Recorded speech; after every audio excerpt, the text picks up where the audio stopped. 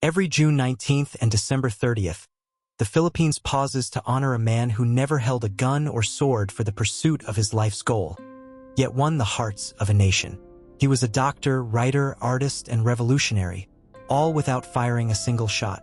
This is the story of Dr. Jose Pertasio Rizal Mercado y Alonso Riolanda, the hero who gave everything to set his people free. Jose Rizal was born on June 19, 1861, in Calamba, Laguna. He grew up in a wealthy, educated family. His father Francisco was a farmer and businessman, while his mother Teodora Alonso was a highly educated woman who taught him to read and write at age 3. From the start, Rizal was a prodigy. By 10, he could speak Tagalog, Spanish, and Latin. He excelled in school, earning top honors at Ateneo Municipal de Manila before studying medicine at the University of Santo Tomas. But it was during his time in college that he began to see the harsh realities of Spanish colonial rule, how Filipinos were treated as second-class citizens in their own land. In 1882, at just 21 years old, Rizal left for Europe to continue his studies. There, he would not only become a doctor specializing in ophthalmology, but also a voice for his oppressed countrymen. Rizal believed that real change came not from violence, but from enlightenment. While in Europe, he wrote 2 novels that would shake the foundations of Spanish rule in the Philippines. His first book, Nali Me Tanhair or Touch Me Not, exposed the corruption of the Catholic Church and colonial government, painting a vivid picture of Filipino suffering. Published in 1887, it spread like wildfire across the Philippines, opening eyes to the need for reform. His second novel, El Filibusterismo, The Reign of Greed, was even more radical. Published in 1891, it warned that without change, revolution would be inevitable. Through his writing, Rizal inspired a generation to fight for their rights, not with weapons, but with knowledge, pride, and unity. He also founded La Liga Filipina, a peaceful reform movement that aimed to unite Filipinos and work with Spain for equal rights. Though the group was banned just days after its founding, it laid the groundwork for the Philippine Revolution. Rizal's work made him a target of the Spanish authorities. In 1892, he was arrested and exiled to Dapitan, a remote town in Mindanao. For 4 years, he lived as a prisoner, but he never stopped serving his people. In Dapitan, Rizal built a hospital, taught local children, developed new farming techniques, and even designed a water system for the town. He married his longtime love, Josephine Bracken, and continued to write, paint, and study. He proved that even in captivity, one person could make a lasting difference in their community. But as the Philippine Revolution erupted in 1896, Spanish officials accused Rizal of leading the uprising, even though he had always opposed violence and tried to stop it. He was arrested again, brought to Manila, and put on trial for treason. On December 30th, 1896, at just 35 years old, Jose Rizal was executed by firing squad in Bagumbayan Field, now known as Luneta Park in Manila. Before his death, he wrote his final poem, Mi Ultimo Adios, My Last Farewell, a powerful tribute to his beloved country. As he faced the firing squad, he requested to be shot facing the sun, not with his back to his executioners, a final act of courage and dignity. His last words were, Consummatum est. It is finished.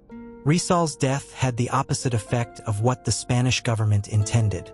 Instead of silencing the Filipino people, it ignited a fire that would lead to independence. His sacrifice became the rallying cry for the revolution, and he became a symbol of hope and resistance for all Filipinos.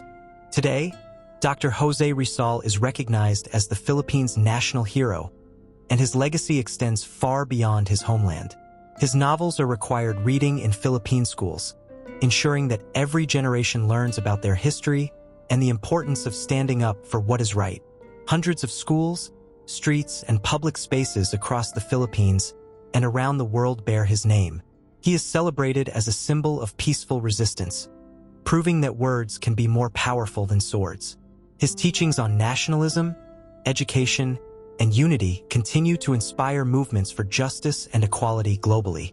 Rizal believed that the youth is the hope of our future, and to this day, His life reminds young people that they have the power to change the world, no matter how small they may feel.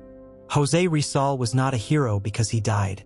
He was a hero because he lived a life of purpose, service, and courage. He showed us that true patriotism means loving our country enough to work for its betterment, that education is the key to freedom, and that even in the darkest times, hope can prevail. From his childhood in Calamba to his final moments in Bagumbayan, Rizal's story is a reminder that one person with a vision can move a nation. His life, his words, and his sacrifice continue to shape the Philippines we know today. Beyond his novels and revolutionary ideas, Rizal was deeply influenced by his faith, particularly his understanding of the Bible. Rizal's connection with the Bible started early.